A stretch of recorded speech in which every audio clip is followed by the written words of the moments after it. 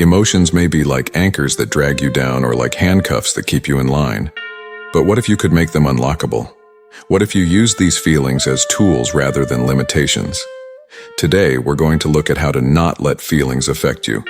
As always, don't stop watching the video until the very end, because I'll share the art of Stoic emotional control. 6 Rules for Inner Peace. So, let's begin, and let me tell you something. You are not weak, my friend. You are very strong. I believe in you. The first rule: quit trying to help everyone. Reduce your empathy. Empathy, understanding, and feeling what another person does is widely praised as a top human virtue. It enables us to bond, to console, and to relate. But too much empathy can wear us out, both in mind and spirit. It might drag us into another's dilemmas, sometimes at our own expense. The notable philosopher Epicurus once said, "It's your reaction to events, not the events themselves, that truly counts." This perspective is especially significant regarding empathy.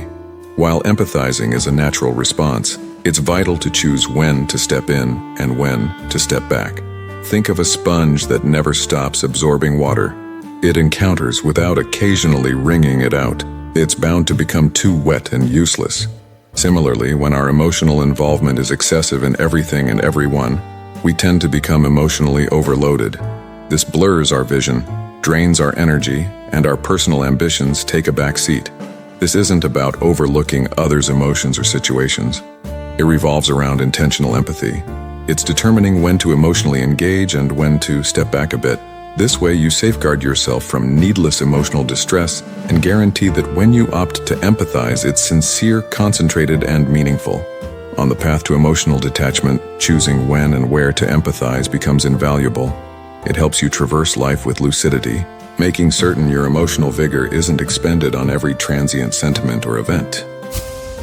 Let's check rule number 2. Avoid letting your passion for someone consume you. Love is a wonderful feeling. It ties us together and gives purpose to our existence. Yet, when it's too intense or one-sided, it can harm us. It might blur our thinking, expose our vulnerabilities, and even bring depression when not returned or taken away. Stoic philosophers who valued emotional balance often discussed the pitfalls of deep attachment. Marcus Aurelius, a ruler and Stoic thinker, noted, "You control your thoughts, not what happens around you. Grasp this and you discover inner strength." He meant the power to love without becoming too engrossed. It's cherishing a bond, but not letting it consume your whole life.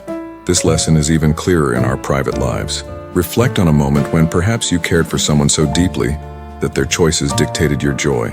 The sentiment of feeling betrayed, the pain of lost love, or the setback from unfulfilled wishes can be tough to handle. Yet imagine if you could love as deeply but without the exposed risks. The secret is in realizing that love, similar to every emotion, comes and goes. While it lasts, treasure it, yet don't let it be the anchor that limits you. Think of it as the gust pushing your journey, advising but not dictating your route. Your path should be solely in your hands. By perfecting the skill of love without attachment, you defend your heart and fortify your soul. You can create meaningful bonds without the worry of getting lost in them. It's the initial move towards true emotional balance, where you're in charge of your feelings, not the other way around. Number 3, keep your emotions and opinions to yourself. In a society that prompts us to share freely and be transparent with our emotions, there's an understated power in maintaining discretion. While it's vital to communicate openly in numerous situations, the truth might lie in determining when to unveil our most intimate feelings and perspectives. The Stoics frequently highlighted the value of inner peace and the risks of seeking approval from others. Marcus Aurelius said, "Your life's joy is determined by the nature of your thoughts."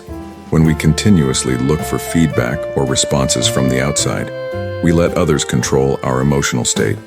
Reflect on moments when you've disclosed a personal success or a core value to gain affirmation or to hear what others think.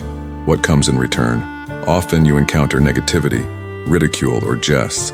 Such moments can dampen spirits and waver our self-belief. What if the control lay within you, untouched by external feedback? Deciding not to voice every sentiment or belief isn't about holding back. It's about taking charge. It means realizing not every inner voice seeks an external ear, and our internal experiences don't always await validation from others. By exercising this discipline, you build inner confidence. Your feelings, values, and perspectives stand firm as they're no longer influenced by what others might think. In the journey to becoming emotionless, this principle acts as a safeguard. It guarantees your emotional foundation stays resilient, unaltered by the changing views and feedback from the external environment. The fourth rule: keep your distance from those that spread negativity. The individuals we choose to have in our lives significantly influence our feelings, mindset, and overall health. Much like one bad apple can ruin the whole bunch, a negative person can overshadow our existence, draining our energy and confusing our judgments. Stoics held strong convictions about self-care and valuing oneself. They realized that while we can't alter others' behaviors, we can pick our circle.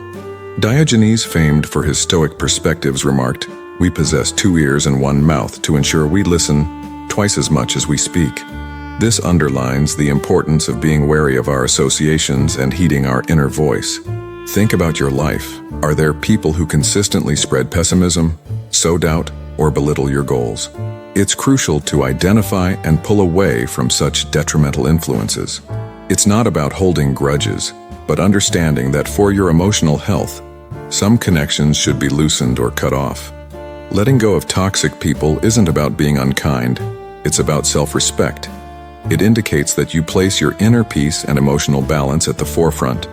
Through this action, you fortify your surroundings, ensuring there's no room for negativity or skepticism. As you strive to become emotionless, taking this step is vital. It's about refining your emotional surroundings, making sure it's filled with positive vibes, sincere support, and authentic concern. Keep in mind the path to controlling your emotions begins by making sure external factors resonate with your internal aspirations. Rule number 5: put yourself first. Establish limits and don't always be available. Setting limits, whether they're tangible or emotional, is crucial for preserving our identity and protecting our mental health. In a world where continuous connection is the norm, and there's an unspoken demand to always be reachable, establishing these limits might appear challenging. Nevertheless, this step is essential for becoming emotionless and achieving fortitude. The Stoics understood the significance of time and self-reflection. As Seneca wisely put it, "All the time you possess is truly yours." But how frequently do we squander it by always being at everyone's beck and call, replying to every notification right away, or meeting every request without delay?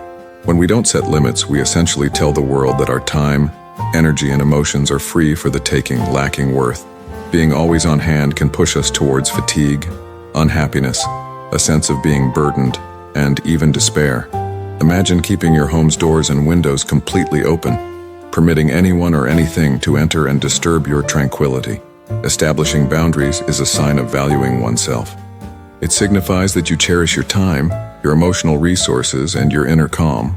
It's about confidently declining without feeling remorse, dedicating moments for personal reflection without explanation, and realizing that being selective in your availability doesn't diminish your concern for others.